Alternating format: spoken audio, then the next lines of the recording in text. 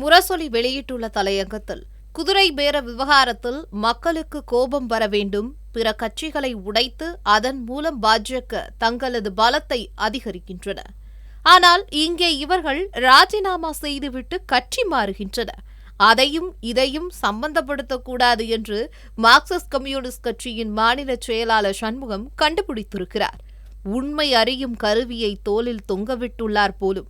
கடந்த 11ஆம் தேதி பேட்டி அளித்த முன்னாள் அமைச்சர் கரூர் எம்.ஆர். விஜயபாஸ்கர், விஜய் தலைமையிலான அரசு எங்கள்கிட்ட அப்ரோச் பண்ணினாங்க. 42 ஆண்டு காலம் நான் உறுப்பினராக இருந்திருக்கிறேன், பல பதவிகள்ல இருந்திருக்கேன், உள்ளாட்சியில இருந்து அமைச்சர்ல இருந்து பல பதவியில இருந்திருக்கேன் என்று வெளிப்படையாக பேட்டி கொடுத்தார். இது அனைத்து ஊடகங்களிலும் வந்துள்ளது. இது தானாக முன்வந்து விலகியதா? இல்லை, முதலமைச்சர் விஜய் சொல்லித்தான் விலகியதாக கரூர் எம்.ஆர். விஜயபாஸ்கர் சொல்லியிருப்பதாக முரசொலி குறிப்பிட்டுள்ளது. மதிமுக பொதுக்குழு கடந்த மாதம் 27ஆம் தேதி அன்று சென்னையில் கூடியது. அதன் பிறகு நடந்த ஊடகவியலாளர் சந்திப்பில் வைகோ வெளிப்படையாக குதிரை பேரம் நடந்ததை ஒப்புக்கொண்டு ஒப்புதல் வாக்குமூலம் கொடுத்துள்ளார். நீங்கள் முதலமைச்சரை சந்தித்தீர்களா என்று நிருபர் கேள்வி எழுப்பினார். அதற்கு பதிலளித்த வைகோ, ஆமா சந்திச்சேன் என்று கூறுகிறார். மீண்டும் கேள்வி எழுப்பிய நிருபர், மதிமுக எம்எல்ஏக்களை ராஜினாமா செய்ய சொல்லுங்கள், நான் பிரச்சாரம் பண்றேன்னு முதலமைச்சர் விஜய் சொன்னதாக செய்தி வந்ததே என்று கேட்டனர். அதற்கும் பதிலளித்த வைகோ, ஆமா 2 எம்எல்ஏக்களும் ராஜினாமா செய்தால் இடைத்தேர்தல் வரும். அப்படி ஒரு இடைத்தேர்தல் வந்தால் நானே வந்து உங்களுக்கு ஆதரவாக பிரச்சாரம் செய்வேன் என்று முதலமைச்சர் என்னிடம் சொன்னார். ஆனா அந்த 2 பேர்ட்ட சொன்னபோது செந்தில் செல்வன் பதிலே சொல்லல. நான் திமுகவுல தான் இருக்க போறேன்னுட்டு போயிட்டாரு. ராஜேந்திரன், நான் மதிமுகவா தான் இருக்கேன், ஆனா எம்எல்ஏவாக தொடர்றேன்னு சொல்லியிருக்காரு. இதுதான் வைகோ அளித்த ஒப்புதல் வாக்குமூலமாகும். இது அனைத்து ஊடகங்களிலும் வெளியானது. மதிமுக எம்எல்ஏக்கள் இருவரையும் விஜய் தான் ராஜினாமா செய்ய சொன்னார் என்று வைகோவே சொன்னார். இது குதிரை பேரம் அல்லவா? இந்த பேட்டிக்கு முன்னதாக நடைபெற்ற பொதுக்குழுவில் வைகோ பேசிய பேச்சின் காட்சிகள் அவரது கட்சியினரால் வெளியில் பரப்பப்பட்டது.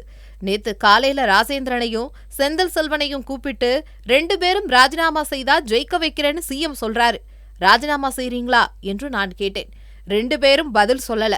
எனக்கு நேரமாகிவிட்டது என்று சொல்லிவிட்டு நான் போய்விட்டேன். உயர்நிலை குழு நடந்தபோது என்னிடம் தனியாக பேச வேண்டும் என்று ராஜேந்திரன் சொன்னார். ராஜினாமா செய்தால் ஜெயிக்க முடியாது என்று ராஜேந்திரன் சொன்னார். அண்ணா தோற்கலையா, அடியன் தோற்கலையா என்று நான் சொன்னேன். உங்களை இதைவிட உயர்ந்த இடத்தில் நான் உட்கார வைப்பேன் என்றேன். ஆனால் பதில் சொல்லாமல் போன ராஜேந்திரன் போனை சுவிட்ச் ஆஃப் செய்துவிட்டார் என்று பேசியிருக்கிறார். இந்த காட்சிகளும் வீடியோக்களாக வந்துள்ளதாக முரசொலி தலையங்கம் தெரிவித்துள்ளது. நீங்கள் இருவரும் ராஜினாமா செய்தால் அதன் பிறகு நடக்கும் இடைத்தேர்தலில் நான் வந்து பிரச்சாரம் செய்கிறேன் என்று விஜய் தன்னிடம் சொன்னதாக வைகோ சொன்னது விஜய் நடத்திய அப்பட்டமான குதிரை பேரம் அல்லவா? ராஜினாமா செய்யுங்கள், அதே இடத்தில் நீங்களே நிறுத்தப்படுவீர்கள் என்பதுதானே பேரம். அதைவிட பெரிய பேரம் நடத்தியதை வைகோவே ஒப்புக்கொள்கிறார். ராஜினாமா செய்ய மறுத்த கடையநல்லூர் திமு ராஜேந்திரனிடம் இதைவிட உயர்ந்த இடத்தில் நான் உங்களை உட்கார வைப்பேன் என்று வைகோ சொன்னது எதை மனதில் வைத்து? அமைச்சராக்குகிறேன் என்பதுதானே. அந்த வாக்குறுதியையும் வைகோவுக்கு விஜய் கொடுத்துள்ளது இதன் மூலம் அம்பலமாகவில்லையா? இவையெல்லாம் வைகோ சொன்னாராம் என்பது மாதிரியான கற்பனைகள் அல்ல, அவரே பொதுக்குழுவில் பேசியவை, பொதுக்குழுவுக்கு பிறகு பேட்டி அளித்தவை.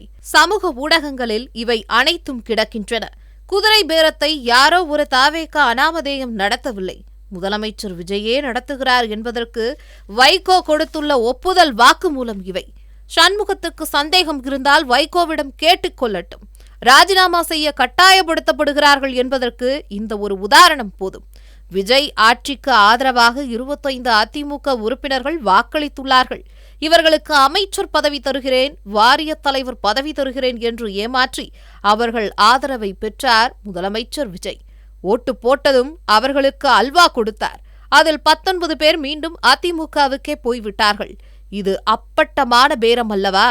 இதை அதிமுகவின் சொந்த கட்சி பிரச்சனையாக பார்க்க முடியாது.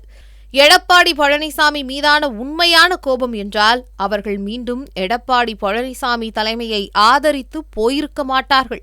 விஜய் ஆசை வார்த்தையை நம்பி வந்தார்கள், அது நிறைவேறவில்லை என்றதும் போய்விட்டார்கள்.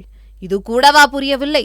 விராலிமலை விஜயபாஸ்கருக்கும் கரூர் விஜயபாஸ்கருக்கும் கிளீன் சர்டிபிகேட் கொடுக்கும் வேலையை மார்க்சிஸ்ட் கம்யூனிஸ்ட் கட்சியின் சண்முகம் பார்க்க தொடங்கியிருப்பது மகத்தான மாற்றம்தான் என்று முரசொலி தலையங்கம் தெரிவித்துள்ளது.